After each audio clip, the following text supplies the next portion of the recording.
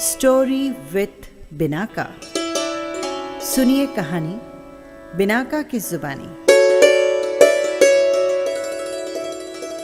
पौराणिक कथा में आज आप सुनिए कृष्ण जन्माष्टमी व्रत कथा।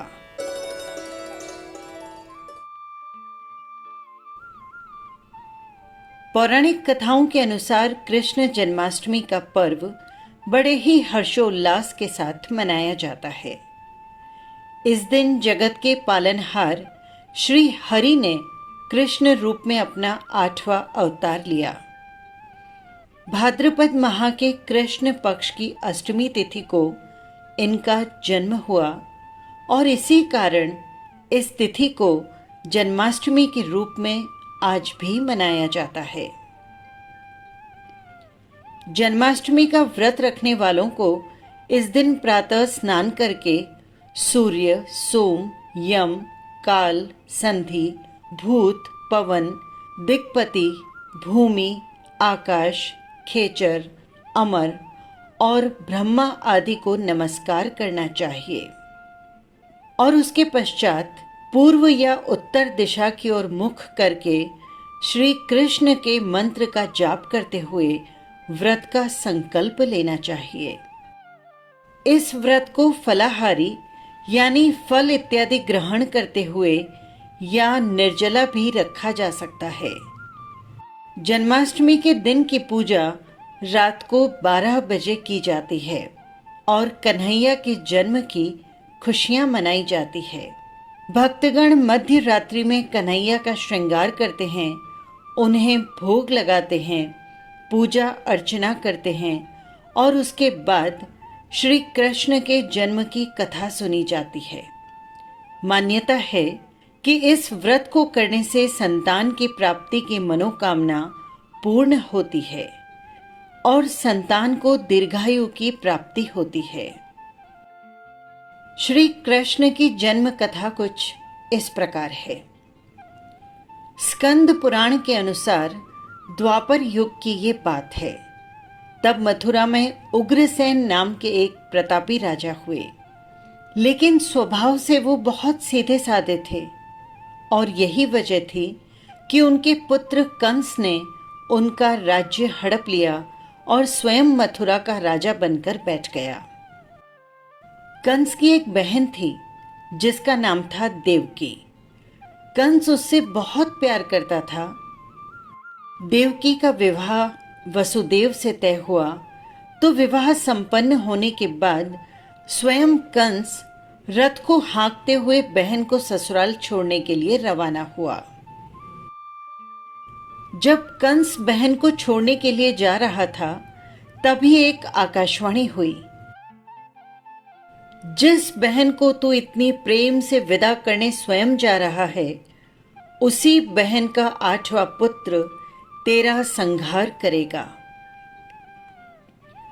ये सुनते ही कंस क्रोधित हो गया और देवकी और वसुदेव को मारने के लिए बढ़ा। तभी वासुदेव ने कहा वो देवकी को कोई नुकसान न पहुंचाए। स्वयं वसुदेव अपनी 8वीं संतान कंस को सौंप देगा। इसके बाद कंस ने वसुदेव और देवकी को मारने के बजाय कारागृह में डाल दिया। कंस की बहन देवकी ने कारागार में ही 7 संतानों को जन्म दिया और कंस ने सभी को एक एक करके मार दिया। इसके बाद जैसे ही देवकी फिर से गर्भवती हुई तभी कंस ने कारागार का पहरा और भी कड़ा कर दिया।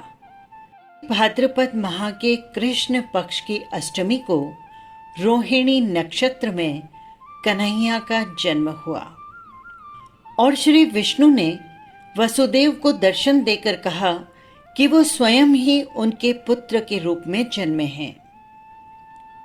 श्री हरि ने वसुदेव से ये भी कहा कि वो कन्हैया को वृंदावन में अपने मित्र नंद बाबा के घर छोड़ आए और यशोदा के गर्भ से जिस कन्या का जन्म हुआ है उसे कारागार में ले आए। यशोदा के गर्भ से जन्मी कन्या कोई और नहीं बल्कि स्वयं माया थी। सब कुछ सुनने के बाद वसुदेव ने वैसा ही किया।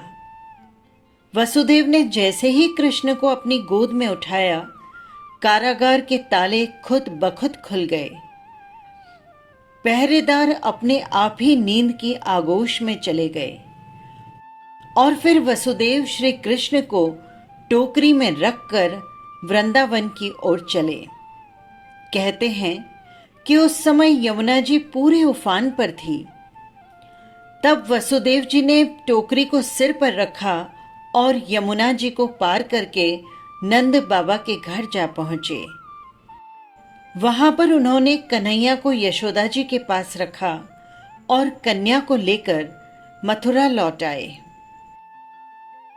जब कंस को देवकी की 8वीं संतान के बारे में पता चला तो वो कारागार में पहुंचा। वहां उसने देखा कि 8वीं संतान तो एक कन्या है। फिर भी वो उसे जमीन पर पटकने लगा कि माया रूपी कन्या आसमान में पहुंचकर बोली, रे मूर्ख, मुझे मारने से कुछ नहीं होगा।